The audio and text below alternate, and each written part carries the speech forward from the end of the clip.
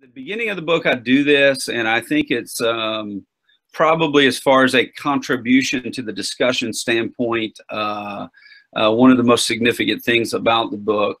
And that is, why are there sports? I try to answer that question. Why, if you go to almost any culture, do you find sports and a variety of kinds of sports? Why is it that people do this?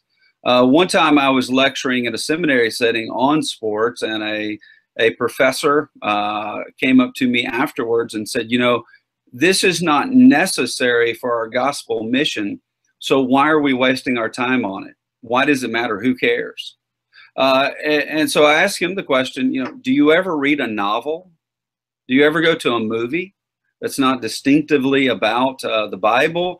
Do you enjoy sunsets on the beach? Do you look at buildings that are made in unbelievable ways and have a sense of wow? Right?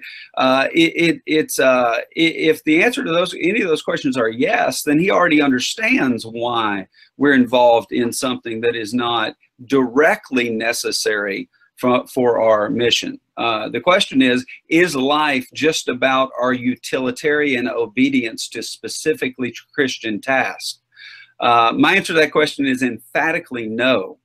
I think that sports are not necessary, but they are an inevitable response to the world that God made. In other words, God created the world, and he told man and woman to take dominion over the world for his glory. And as humanity responded to the world God had made, there are certain things that aren't necessarily fundamentally necessary for existence, but are inevitable consequences of responding to the God who made the world. Those things are like singing. Song is not necessary for our existence. Song is not absolutely necessary for our gospel mission, and yet song is inevitable. Because in the glory of the created order, as God has revealed himself, there is a welling up inside his image bearers that wants to sing. And the same is true when you think about the dominion mandate of ruling the world under the authority of God. What do you have to do?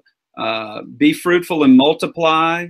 You are to function in the world for the sake of human flourishing. And that means that in the world that God made, as more and more people come, they're going to need to be buildings to store food.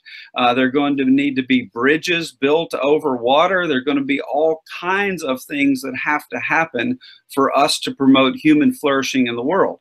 Some of those things are necessary and utilitarian, but the way God has made us, it's also going to involve unnecessary things as well.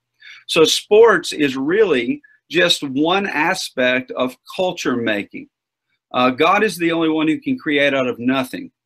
So God didn't make sports in a specific sense, but God made a world that made sports inevitable. That's the way people respond to him.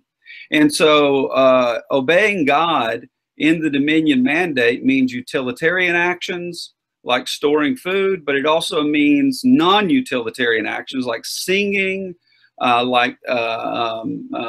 something like sports, something like making things. So when a building is made, it's not made just the most bare essential way that it can be made. It's designed to be aesthetically pleasing. It's designed to be have some measure of identity to it based on the people who made it and what they're saying about God when they made it. Well, that's what sports is. Sports is an aspect of culture making. It's what we make out of the world God has made. And that explains why, for instance, there are different sports in different parts of the world, and why different areas and communities love different sports. You see the same thing musically. If you go to the New Orleans area, and I would say, what is the predominant type of music? You would say jazz. If I say Nashville, you're going to say country. If I say California, you've got sort of a beach music movement there. Why? Because as people respond to the world God had made, there's varying ways based on their cultural context in which they reflect back to God, whether they know they're doing that or not. The same is true with sports. And so sports exists because of the world God has made and the way people respond to it. Now, one other aspect of sports that I think is very important for us to understand, and that makes them inevitable, is that when God gave the dominion mandate to rule the world under his authority, human beings were at that point given the responsibility to hone their skills to be able to do that well. And so for us to promote human flourishing in the world in all kinds of ways, our minds need to be keen, our bodies need to be strong, we need to hone our physical skills the best we can so we can do that. Well, one of the ways we do that in a non-utilitarian way is through sports and athletics. As we compete with one another, what we see is the human body being honed in a way that it can accomplish things, and that helps the person who is competing, not just while they're competing, but it helps them in other aspects of their life, all kinds of ways. So if you have a guy who plays football and he lifts a lot of weights and he's gotten really strong, and there's work that needs to be done in the community, and you need somebody to lift things and carry them somewhere, he's a great person to do it.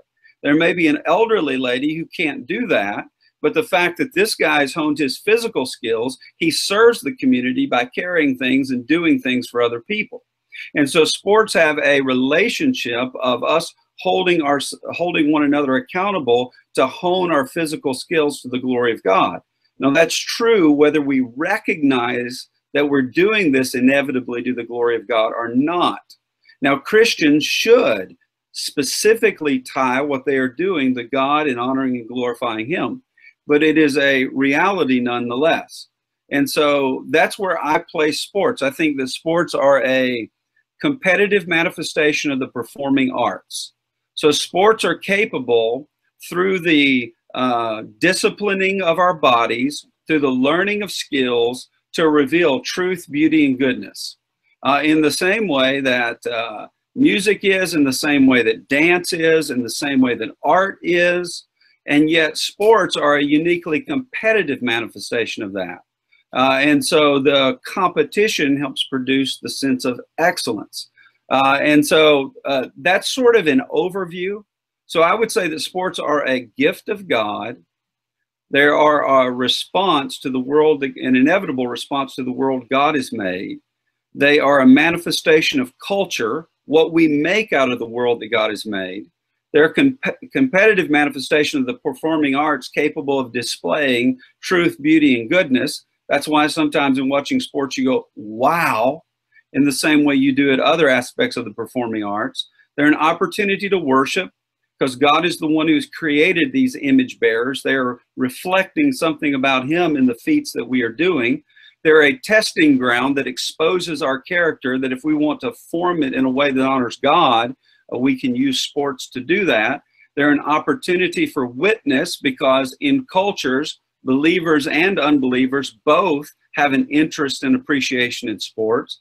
They are helpful in the world that God has made, but never ultimate. And sports are a way that we can glorify and honor God and serve him, but they're never a source of our personal identity.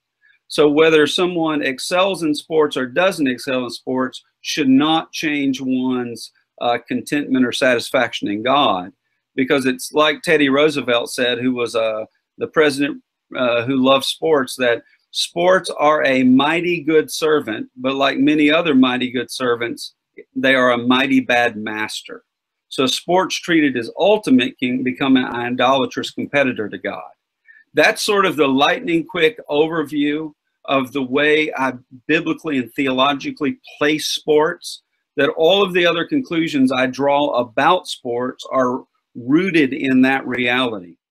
I've been honored to be with you, and anytime, Dr. Huffman, I can help you out, I'll do it. I hope you guys will check the book out. And